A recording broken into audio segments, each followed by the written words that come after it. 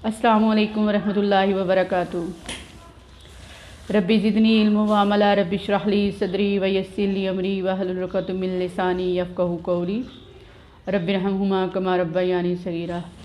जी, तो आज हम तर्जुमा पढ़ने की कोशिश करते हैं और अल्लाह ताला से दुआ करते हैं कि अल्लाह ताला हमें कुरान पाक पढ़ने वाला, पढ़ाने वाला और समझने वाला और समझाने वाला बना। जैसा कि आपके पास एक कोई इंग्लिश का मैसेज आता है, आप बड़ी कोशिश करते हैं कि इस मैसेज का तर्जमा, इसके मीनिंग, इसको समझें। गूगल की तरफ जाएंगे, रिसर्च करेंगे, बहुत ज़्यादा बड़ी बड़ी बुक्स का मुताला करेंगे, स्टडी करेंगे ताकि हम इसके मीनिंग तक पहुंच सकें। तो हमारे पास उम्मुल कुरान, कुरान मजीद हमारे पास मौजूद है। कभी हमने कोशिश की कि हम इसके मीनिंग को समझें, ये हमसे क्या सवाल कर रहा है, क्या मुतालबा कर रहा है और ये हमें किस तरह मुखातब है। तो सबसे पहले जो कुरान पाक का आगाज़ है वो सूरह फातिहा से है। फातिहा का मानी है खोलने वाले। जी, वैसे तो सूरह फातिहा के 7 नाम है: उम्मुल कुरान, असासुल कुरान, शाफिया, सबा मसानी है और उसके बाद रुकैया है, उम्मुल कुरान है। तो ये इस तरह के बहुत ज़्यादा नामों से सूरह फातिहा को मुखातब किया गया है और ख़ास तौर पर ये भी बताया गया है कि सूरह फातिहा पढ़ने से अल्लाह ताला हर बीमारी के लिए शफ़ा रखी हुई है। ख़ास तौर पर हदीस मुबारका का मफ़हूम है कि अगर आप सूरह फातिहा को 7 मरतबा पढ़ के दम करें तो अल्लाह ताला आपको हर बीमारी से शफ़ा देगा। इसलिए इस सूरत का नाम रुकैया भी है। रुकैया का मानी क्या है? दम करने वाली। शफ़ा का मानी क्या है? इससे शफ़ा पाने वाले। और शफ़ाअत यानी कि अल्लाह ताला क़यामत वाले दिन इस सूरत को पढ़ने वाला शफ़ाअत नसीब हासिल करेगा। जी, तो आइए हम सूरह फातिहा का तर्जुमे की तरफ जाते हैं और उस सूरत का आगाज़ करते हैं। जी, ये सूरह फातिहा मक्की है, यानी कि मक्का में नाज़िल हुई है। इसका एक रुकू है। सबा मसानी, सबा मसानी से क्या मुराद है? यानी कि इसकी 7 आयात मुबारका है। कितनी आयात मुबारका है? 7। जी, आगाज़ करते हैं। बिस्मिल्लाहिर्रहमानिर्रहीम। शुरू करती हूँ अल्लाह ताला के नाम से जो बड़ा मेहरबान नहायत रहम करने वाला है। शुरू करती हूँ अल्लाह ताला के नाम से जो बड़ा मेहरबान नहायत रहम करने वाला है। बिस्मी का मानी क्या है? शुरू।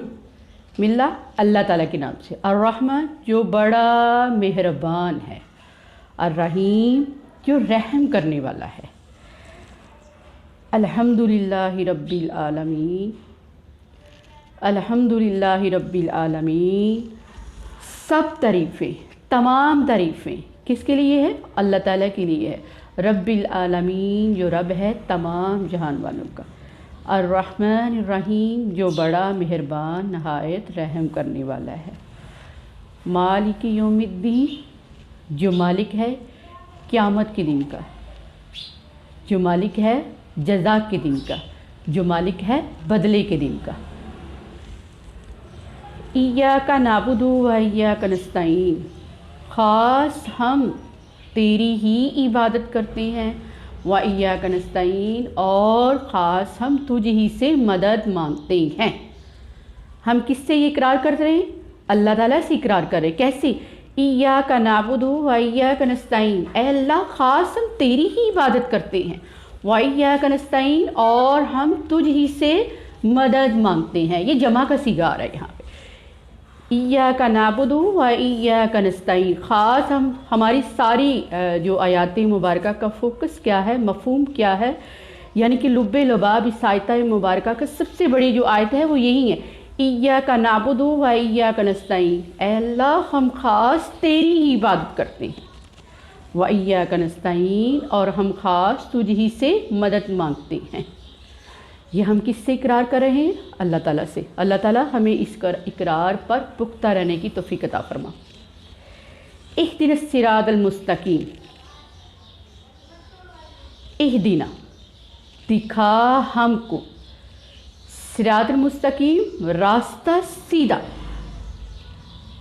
جب ہم سیدھے راستے پر چلتے ہیں، جب ہم سیدھے راستے پر اپنے آپ کو متعین کر لیتے ہیں، تو اللہ تعالیٰ ہمیں آزمائشوں سے بھی آزماتے ہیں، اللہ تعالیٰ ہمیں بیماریوں سے بھی آزماتے ہیں، اور اللہ تعالیٰ ہمیں آزما کے پھر ہمیں صراط مستقیم پر ہمیشہ کے لیے متعین کر دیتے ہیں کہ اس کا ایمان کتنا پختہ ہے، اس کا ایمان کتنا مضبوط ہے، اور یہ کس طرح صراط مستقیم پر ہمیشہ کے لیے چل سکتا ہے۔ اللہ تعالیٰ سے دعا ہے کہ اللہ تعالیٰ ہمیں آزمائشوں پر پورا اترنے کی توفیق عطا فرمائے۔ آگے کیا ہے؟ صراط الذین، صراط کا معنی کیا ہے؟ راستہ۔ الذین ان لوگ کا، انعمت علیہم جن پر آپ نے انعام کیا، جن پر کیا کیا؟ انعام کیا۔ کون سا انعام؟ یعنی کہ سیدھے راستے کا۔ صراط الذین راستہ ان لوگ کا، انعمت جن پر آپ نے انعام کیا، غیر المغضوب جن پر نہ غضب کیا گیا نہ کہ غصہ کیا گیا، علیہم ان پر، ولا الضالین اور نہ وہ گمراہ ہیں۔ اللہ تعالیٰ یہاں ان لوگوں کے لیے بتا رہے ہیں کہ جو صراط مستقیم پر چلتے ہیں، جو تقوی زہد اپنا لیتے ہیں، اللہ تعالیٰ ان کو کس راستے پر متعین کر دیتے ہیں؟ مستقیم راستے پر، سیدھے راستے پر۔ اور اللہ تعالیٰ نے ان پر انعام کیا رکھا ہے کہ نہ کہ اللہ تعالیٰ ان پر غضب اپنا ڈھائے گا، نہ ہی اللہ تعالیٰ ان سے ناراض ہوگا، اور نہ ہی اللہ تعالیٰ ان کو ظالموں سے، کافروں سے، منافقین سے کرے گا۔ یہاں اس سورۃ مبارکہ کی فضیلت یہ بھی ہے جو کہ